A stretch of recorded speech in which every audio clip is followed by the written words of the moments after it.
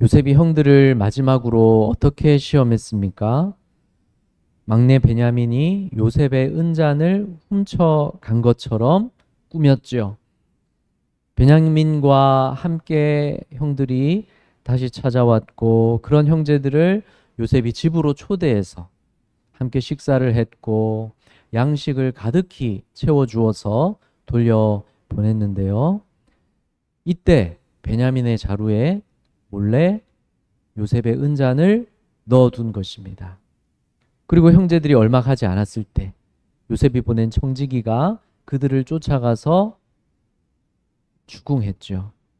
어찌하여 이런 일을 했냐고, 왜 은잔을 훔쳤냐고 추궁했습니다. 찾아보니까 베냐민의 자루에서 은잔이 정말로 발견된 것이죠.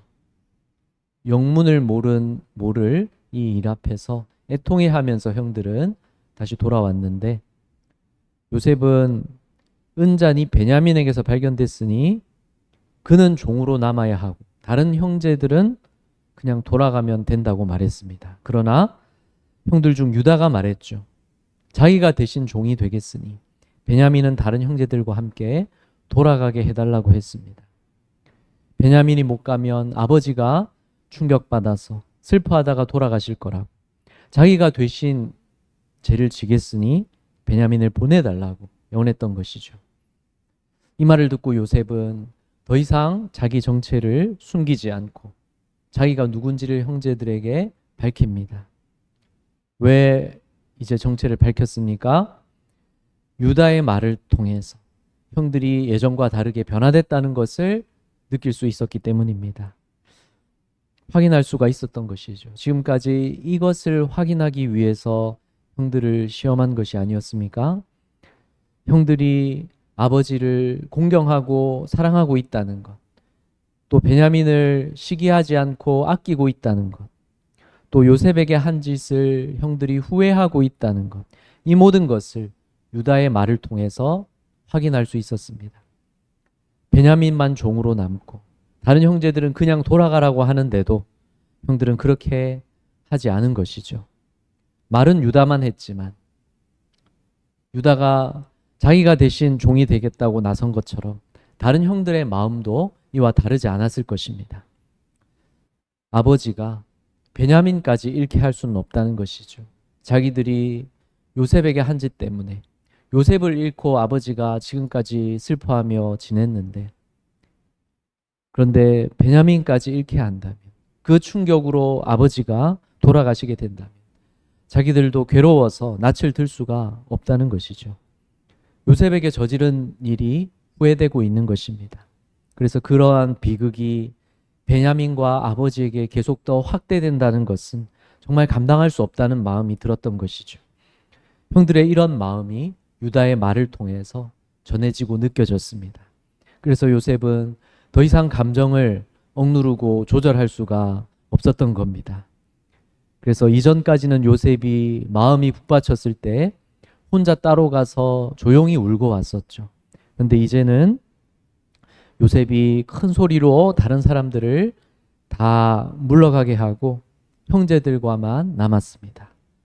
그리고 자기가 누구인지를 밝히고 형제들과 이제 함께 그 자리에서 이제 실컷 소리 내서 우는 것입니다. 요셉이 얼마나 큰 소리로 우는지 밖에 내보낸 애굽 사람에게도 우는 소리가 다 들렸습니다. 이럴 것 같으면 내보낼 필요도 없었을 수도 있겠는데요. 이 소식이 바로의 귀에도 들어가게 되는 것이죠. 요셉이 형들에게 말했습니다. 울면서 말하는 것이죠. 나는 요셉이라 내 아버지께서 아직 살아 계시니까. 그동안 요셉은 애굽식 이름인 사브낫 바네아로 불렸습니다. 그러니까 형들이 요셉을 만나러 왔을 때 애굽 총리 요셉이라고 알고 대한 것이 아니고 애굽의 사브낫 바네아 총리라고 알고 대한 것이죠. 그런데 이 사브낫 바네아 총리가 자기가 요셉이라고 형들에게 말한 것입니다. 얼마나 형들이 놀랬겠습니까? 그래서 형들이 아무 말도 못하는 것이죠.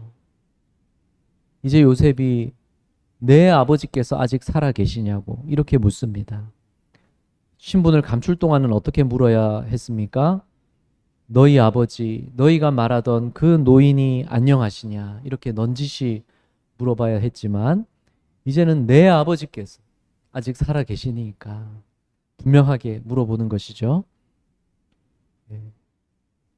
요셉이라고 갑자기 말하고 내 아버지께서 살아 계시냐고 물으니까 형들이 너무 놀라서 아무 대답을 못합니다. 그러자 요셉이 또 이렇게 말하죠. 내게로 가까이 오소서. 나는 당신들의 아우 요셉이니 당신들이 애굽의 판자라.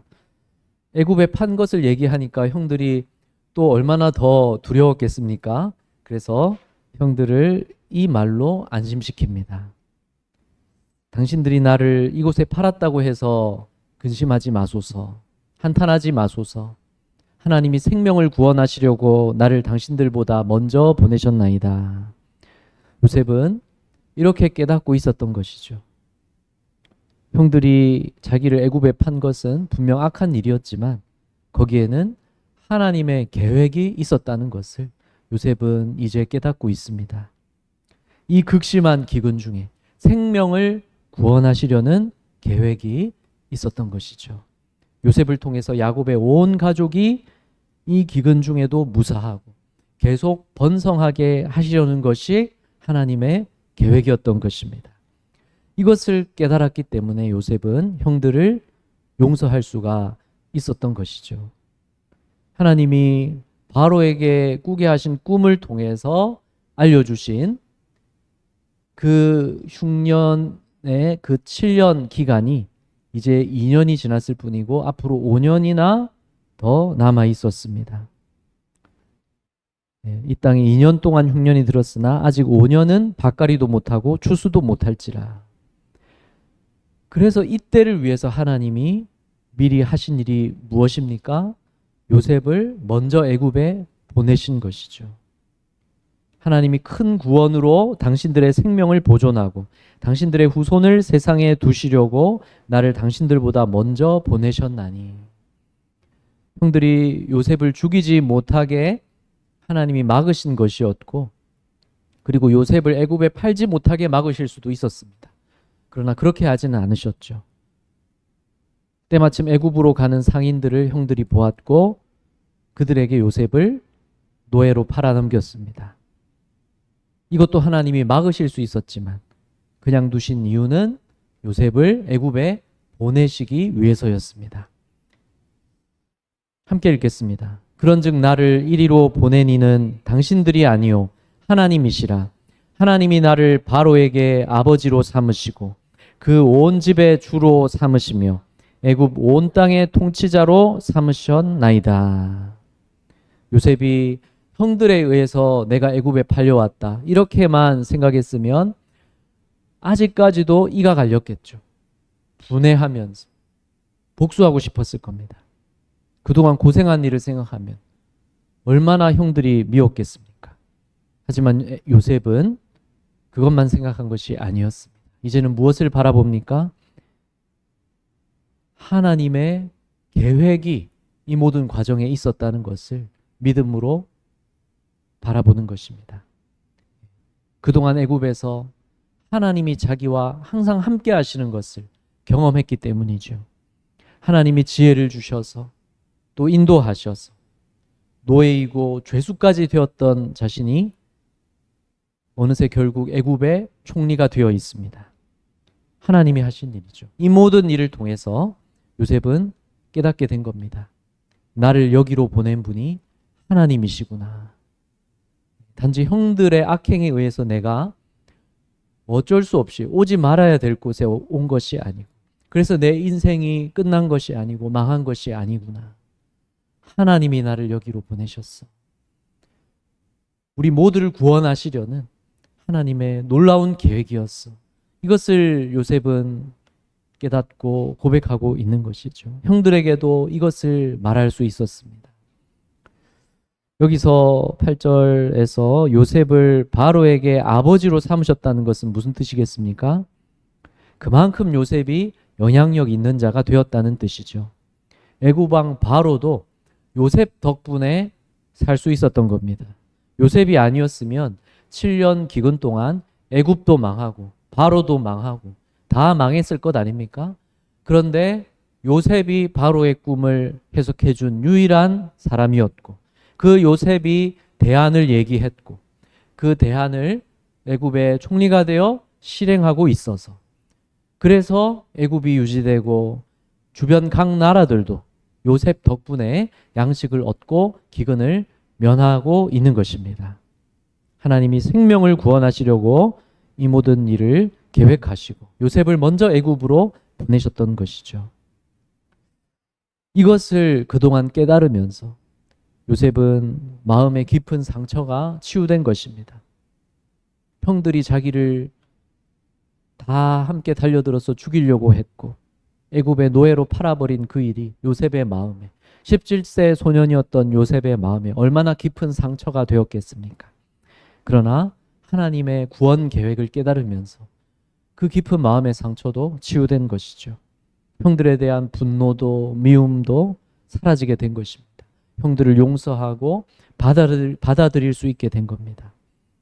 게다가 이제 하나님이 지혜를 주셔서 형들을 시험했더니 형들의 변화된 마음까지 확인하게 되면서 요셉은 이날 더 이상 울음을 참을 수가 없었던 것이죠. 이제 내 정체를 밝히고 형들과 부둥켜 안고 베냐민과도 부둥켜 안고 이제 실컷 울어야 되겠다. 그렇게 요셉이 큰 소리로 울었던 것입니다. 유다를 비롯해서 형들은 이제 아버지가 베냐민을 더 사랑한다고 시기하지 않는 것이 분명했습니다. 그게 유다의 말을 통해서 자기가 대신 죄를 지고 베냐민 대신 종이 되겠다는 그 말 속에서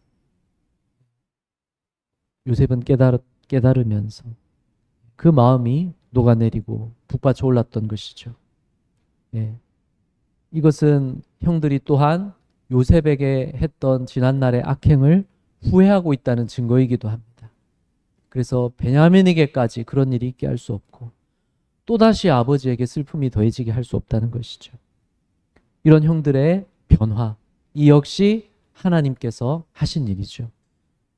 하나님은 사람의 마음을 변화시킬 수 있습니다. 우리의 마음을 변화시킨 하나님께서 다른 사람의 마음도 변화시킬 수 있습니다. 우리가 예수님을 믿고 거듭나게 하신 하나님께서 다른 사람들도 주님을 믿고 거듭나게 하실 수 있습니다. 하나님이 요셉의 형들, 그 악한 일을 행한 이들을 변화시키셨죠. 이스라엘 12지파의 조상이 되도록 택한 그들을 하나님께서 버리지 않으셨습니다. 고쳐서 쓰시는 것이죠. 건물도 고쳐서 쓸 수 있지만 하나님은 우리를 포기하지 않으시고 고쳐서 쓰기로 하셨습니다. 그게 하나님의 구원의 계획입니다. 하나님이 지금 우리를 고쳐서 쓰시는 중입니다. 하나님은 사람이 범죄하고 타락하자 없애고 새로 만드신 것이 아니죠. 사실 얼마든지 그러셔도 되는 것 아닙니까? 우리라면 그러지 않겠습니까? 그게 더 상식적이지 않습니까? 그런데 하나님은 범죄하고 타락한 인간을 없애버리지 않으시고 다시 새로 만들지 않으시고 구원하여 고쳐서 회복시키기로 하신 것입니다. 왜냐하면 사람을 지으실 때 필요해서 도구로 지으신 것이 아니라 사랑하셔서 지으셨기 때문입니다. 우리는 어떤 존재입니까? 하나님이 필요해서 어쩔 수 없이 도구로 지은 존재가 아닙니다. 우리는 하나님을 위한 도구가 아닙니다. 하나님은 어떤 도구도 필요 없습니다. 하나님은 그 크신 사랑으로 우리가 존재하기도 전에 먼저 우리를 생각하시고 아시고 사랑하셔서 우리를 지으셨습니다. 남자인 아담을 지으셨고 또 여자인 하와를 지으셨습니다. 그리고 우리 아버지와 어머니를 통해서 우리가 생겨나게 하셨습니다. 하나님은 우리 모두를 창조하신 아버지시고 영원한 아버지이십니다. 사도행전 17장 16절에서 인류의 모든 족속을 한 혈통으로 만드사 온 땅에 살게 하셨다고 그렇게 말씀을 전했는데, 세상 모든 족속이 결국은 하나님이 처음 지은 사람 아담으로부터 나온 한 혈통인 것이죠. 그런데 그런 모든 사람이 하나님을 거역하고 떠나서 어떻게 되었습니까? 하나님과 갈라진 채, 또 사람들끼리도 서로 갈라진 채 살아가고 있는 것입니다. 그런 우리를 포기하지 않으시고 하나님이 어떻게 하셨다고요? 다시 살려서 고쳐 쓰기로 계획하신 겁니다. 그 계획을 지금도 이루어가고 계십니다. 우리들이 거듭나고 회복되어서 다시 주님 안에서 하나 되기를 하나님 아버지께서 원하시는 것을 믿으시기를 바랍니다. 갈라디아 3장 28절에서 너희는 유대인이나 헬라인이나 종이나 자유인이나 남자나 여자나 다 그리스도 예수 안에서 하나이니라. 하나님은 우리를 고쳐서 하나 되게 하시려고 아들 예수 그리스도를 보내셔서 우리 대신 망가지게 하셨습니다. 예수님이 우리 대신 깨어지고 찢어지고 피 흘리게 하셨습니다. 그래서 우리가 살아나고 고침받고 회복되게 하셨습니다. 요한일서 4장 9절에서는 하나님이 자기의 독생자를 세상에 보내심은 그로 말미암아 우리를 살리려 하심이라. 이렇게 하나님이 우리를 사랑하신 것이죠. 요한일서 4장 11절에서 하나님이 이같이 우리를 사랑하셨은즉 우리도 서로 사랑하는 것이 마땅하도다. 하나님은 우리가 이 결론에 이르게 하십니다. 요셉도 하나님의 구원 계획을 깨달으면서 이런 결론에 이르게 된 것이죠. 형들을 용서하게 된 겁니다. 우리도 이 결론에 이르는 것이 마땅한 것입니다. 하나님이 이같이 우리를 사랑하셨기 때문입니다. 나는 더 큰 죄를 용서받은 사람이라는 사실, 그것을 다른 사람들을 바라볼 때 항상 기억하시기 바랍니다. 누구에게나 용서할 사람이 있는 것이죠. 용서해야 할 사람도 있고 내가 용서받을 일도 있기 마련입니다. 하나님이 우리를 용서하셔서 우리가 살게 되었듯이 우리도 서로 용서해야 살 수 있습니다. 그렇지만 쉽지는 않고 한 번으로 끝날 일도 아닙니다. 그래도 우리가 이 사실을 기억해야 됩니다. 내가 용서해야 될 그 사람보다 더 큰 죄를 나는 하나님께 용서받았다. 더 큰 죄를 나는 하나님께 지었는데 하나님은 그런 나를 용서해 주셨다. 이 사실을 기억해야 됩니다. 예수님이 빚진 자의 비유를 말씀하셨죠. 만 달란트 빚진 자가 빚을 다 탕감받는 은혜를 받고 나오면서 자기 빚보다 훨씬 적은 100데나리온 빚진 동료를 만났습니다. 어떻게 했습니까? 빚 갚으라면서 목을 붙잡고 흔들었죠. 참 어이없게 느껴지는 장면이지 않습니까? 그렇지만 그게 우리이지 않습니까? 꼭 그런 행동을 하지는 않았어도 마음으로 용서하지 않은 채로 미워하고 욕하고 누군가를 나쁜 인간으로 낙인 찍을 때, 그럴 때 우리는 나의 더 큰 빚을 용서받았으면서 탕감받았으면서 더 작은 빚을 진 내 옆에 그 사람을 용서하지 않는 바로 그런 모습인 것입니다. 우리의 죄라는 갚지 못할 빚, 그 빚을 탕감해 주신 하나님이십니다. 그 은혜를 생각하시기를 바랍니다. 언제 그 은혜를 생각해야 됩니까?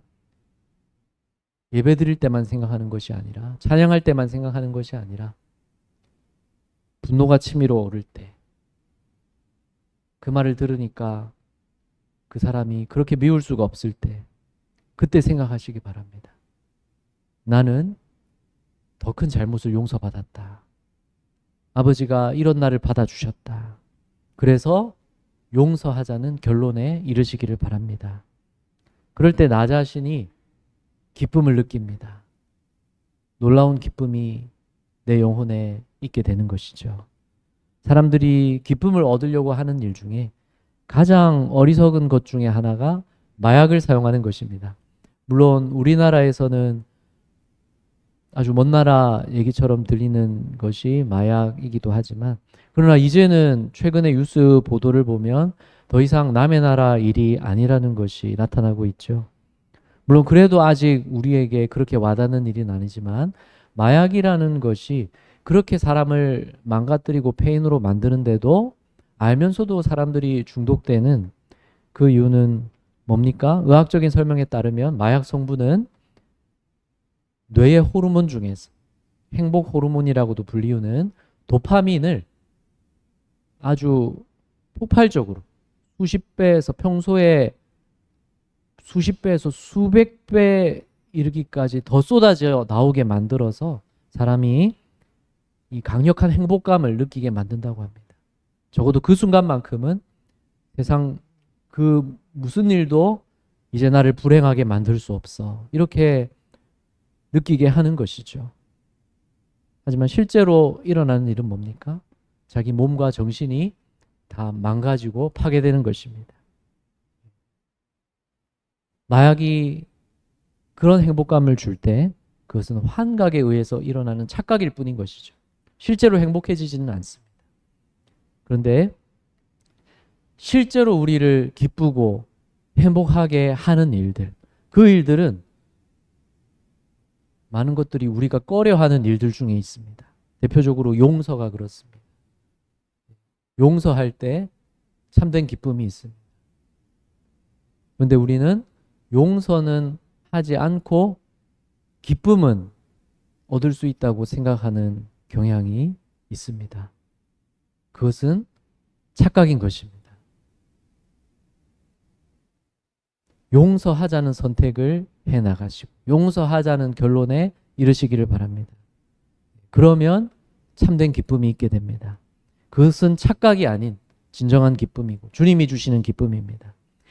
내 안에 계신 성령님이 갖고 계시는 기쁨을 나도 공유하게 되는 것이 바로 용서하는 기쁨입니다.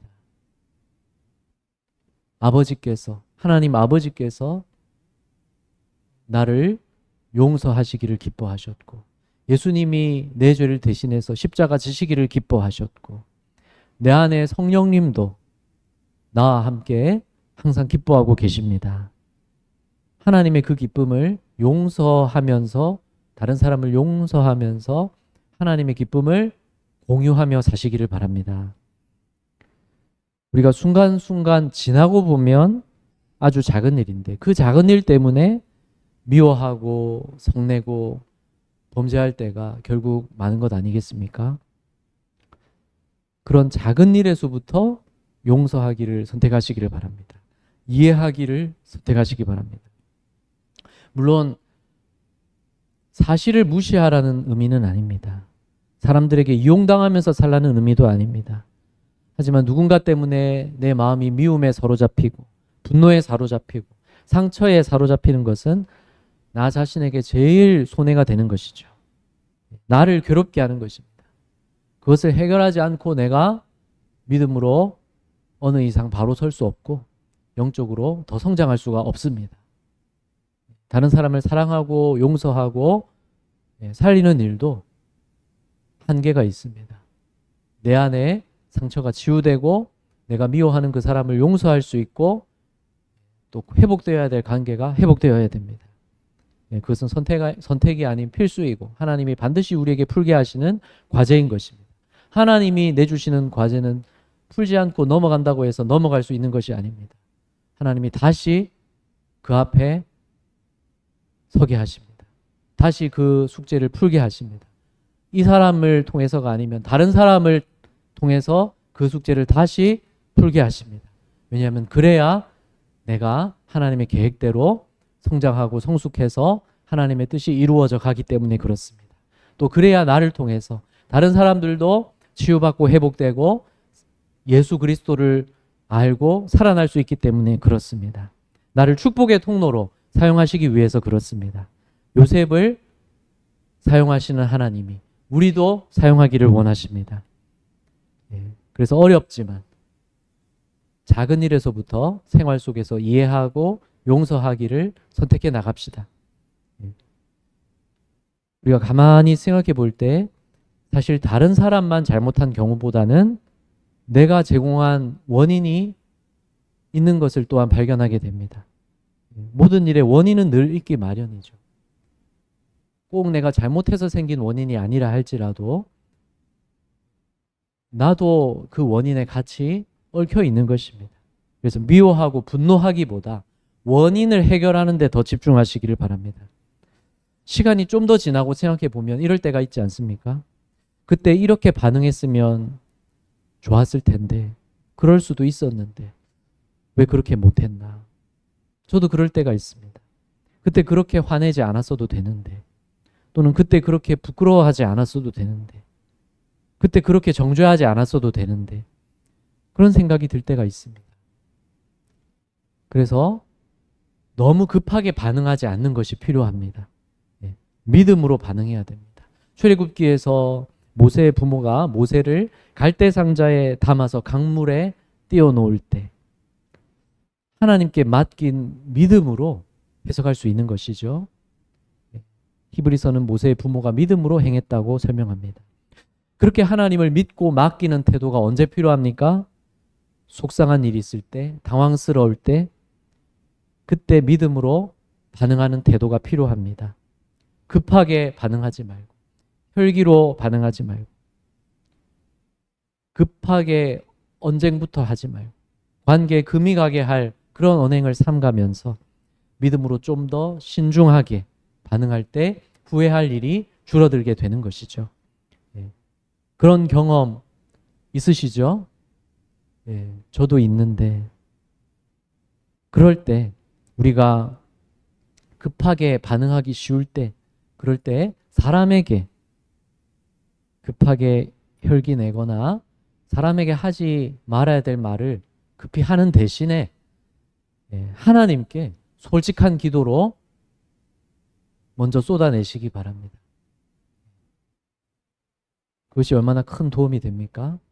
하나님 앞에 그 사람에 대한 미움도, 내 화나는 마음도 먼저 하나님 앞에 쏟아내십시오. 그렇게 기도를 하다 보면 한 번만 뿐만 아니라 그날 하루뿐만 아니라 날마다 꾸준히 그렇게 기도를 이어가다 보면 기도할 방향을 성령님이 인도해 주시는 것입니다. 그래서 하나님이 기뻐하실 방안을 찾게 해 주십니다. 그 일을 믿음으로 행하십시오. 갈대 상자를 믿음으로 띄우는 행동을 모세의 부모가 했다면 그와 같이 하나님이 기뻐하시리라 믿어지는 그 일을 실행에 옮기시기 바랍니다. 내 혈기는 하나님 앞에서 먼저 솔직하게 아뢰며 건강하게 쏟아놓고, 그리고 믿음으로 기도하다 하나님이 기뻐하시리라 믿어지는 그 일을 믿음으로 행하십시오. 물론 그것도 혹 내가 잘못 생각한 것일 수도 있습니다. 그렇지만 저는 이런 기준을 가져보는 게 좋다고 생각하게 되는데, 내가 기도하고 내린 결론이 하나님 말씀대로이고 이 일 자체가 하나님이 기뻐하실 일이라고 한다면, 그러니까 혹 내가 잘못 생각하고 이 일을 하는 거라도 그래도 이 일 자체는 하나님이 기뻐하실 것이다, 이렇게 믿어지는 일이라고 한다면, 그것이 분명하다고 한다면 그 일은 실행하는 것이 옳은 것이죠. 그 일에 혹시 내 생각이 짧아서 또 내가 서툴러서 잘못 생각한 부분이 있더라도 그 일 자체가 하나님이 기뻐하실 일이 분명하다고 하다면, 내가 서투르고 내가 아직 생각이 짧았던 부분은 하나님께서 바르게 또 인도해 주실 것입니다.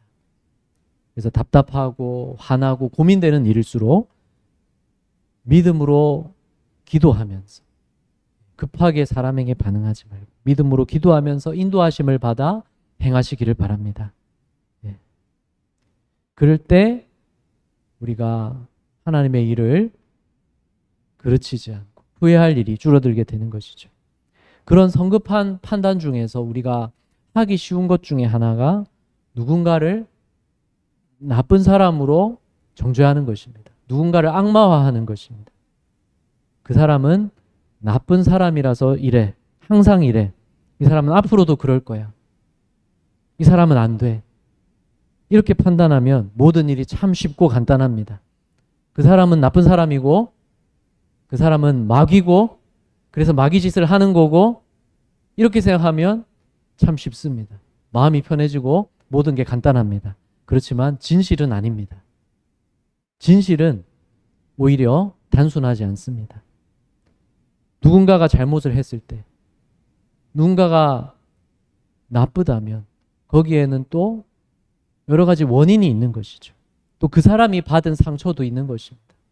그 사람에게 상처 준 누군가도 있는 것이고 또 우리도 잘못한 일이 다 함께 얽혀 있는 것입니다. 무슨 일이든지 그래서 진실은 그리 단순하지 않습니다. 하지만 우리는 단순화시키고 싶어 합니다. 그 사람은 아주 나쁜 인간이야. 그 사람만 없어지면 돼. 그렇게 생각합니다.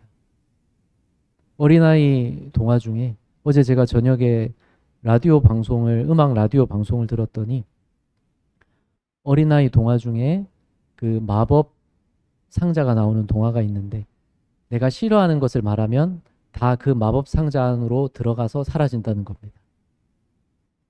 언니가 나를 자꾸 짜증나게 해서 싫어 이러면 언니가 마법 상자 안으로 들어가서 사라지고 이건 이래서 싫어하면 그게 들어가서 사라지고 나 야채가 먹기 싫어 콩이 싫어 그러면 콩이 들어가서 사라지고 그러다가 마지막에는 엄마가 사라졌다고 하는 엄마가 나한테 자꾸 잔소리해서 싫어하니까 엄마가 마법 상자 안으로 들어가서 사라졌다는 것이죠. 그랬더니 뭐만 남습니까? 혼자 덩그러니 방 안에 남아서 TV는 싫다고 말하지 않아서 TV는 없어지지 않아서 혼자서 실컷 TV만 보고 있었는데 잠시 동안은 TV 보느라 좋았지만 그러나 내가 싫다고 말한 모든 게 사라졌을 때 싫다고 말한 모든 사람이 사라졌을 때 내가 행복할 수 있습니까? 그렇지 않다는 그러한 교훈을 담고 있는 동화라고 합니다. 근데 우리가 어떤 때는 기도를 이런 마법 상자처럼 생각할 때도 있지 않습니까? 누군가가 싫어서 분노하면서 기도할 때 어쩌면 기도를 그 마법 상자처럼 사용하려고 하는 건지도 모릅니다. 이 사람만 없어지면 돼. 그 사람이 마귀야. 이 사람이 마귀짓 하는 거야. 우리는 그렇게 단순하게 생각하고 싶어 하지만 그것은 단순할 뿐이지 진실은 아닙니다. 그 사람이 왜 있는지. 하나님은 모든 것이 합력해서 선을 이루게 하고 계시는 것입니다.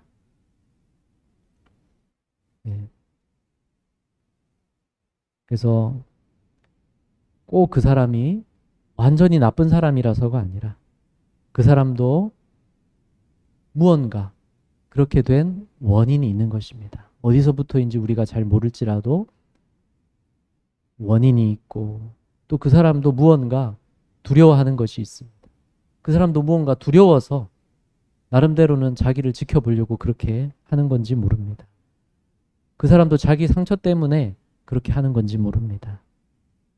그걸 우리가 이해하려고 할 필요가 있습니다. 그리고 나 자신도 그렇기 때문입니다. 그래서 누군가를 악마화하는 것을 우리가 경계해야 되는데 그건 또 왜냐하면 누군가를 우리가 악마화한다는 것은 반대로 또 누군가를 신격화할 수 있기 때문에 그렇습니다.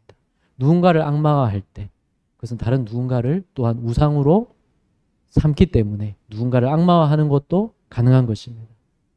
그래서 누군가를 악마화하는 사람은 누군가를 우상화하는 것도 가능하고 누군가를 신격화하는 것도 가능한 것입니다. 그런 오류에 둘 다 빠질 수 있는 것입니다.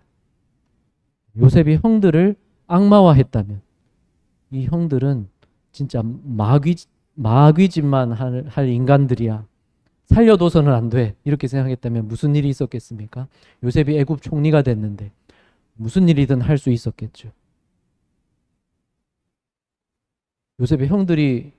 요셉이 짐승에게 찢겨 죽었다고 아버지에게 말했듯이 요셉도 형들이 돌아가는 길에 쥐도새도 모르게 제거하고 나중에 아버지와 베냐민만 불러서 살면서 아버지에게는 형들이 짐승에게 찢겨 죽었습니다. 이렇게 요셉도 말할 수 있지 않았겠습니까? 그러나 그렇게 하면 아버지가 어찌 몰랐겠습니까? 베냐민도 어찌 기뻤겠습니까? 요셉도 어찌 기뻤겠습니까? 복수는 늘 허무하다는 것이 인류가 공통적으로 항상 느끼고 있는 결론인 것입니다. 하나님의 구원의 계획을 여러분의 삶 속에서 깨달으시기 바랍니다. 모든 것이 합력하여 선을 이루게 하고 계시는 하나님의 섭리를 우리의 생활 속에서 깨달읍시다. 어떻게 우리를 사랑하셨는지 믿음으로 기억하고 바라봅시다. 그래서 용서하기를 선택합시다. 그럴 때 우리에게 참된 기쁨이 있습니다. 그 기쁨은 하나님의 기쁨을 공유하는 것입니다. 성령님이 우리 안에서 기뻐하시는 그 기쁨을 우리가 공유하는 것이 바로 용서하고 이해하고 화목할 때입니다. 왜냐하면 성령님은 구원의 계획을 우리에게 이루어지도록 실행하고 계시는 분이고 그 구원의 계획은 우리가 예수 안에서 회복되고 하나 되는 것이기 때문입니다. 그 일을 위해서 작은 일들에서부터 용서하고 이해하는 선택을 하시기 바랍니다. 긍휼히 여기는 선택을 하시기 바랍니다. 나를 긍휼히 여기고 용서하고 받아주신 하나님의 은혜를 생각하면서 그렇게 하시길 바랍니다. 그래서 하나님의 기쁨이, 그 참된 기쁨이 여러분 안에 넘쳐나고 그 기쁨 가운데 다른 영혼들에게 축복의 통로로, 은혜의 통로로 살게 되는 여러분이 되시기를 주님 이름으로 축복합니다. 기도하겠습니다.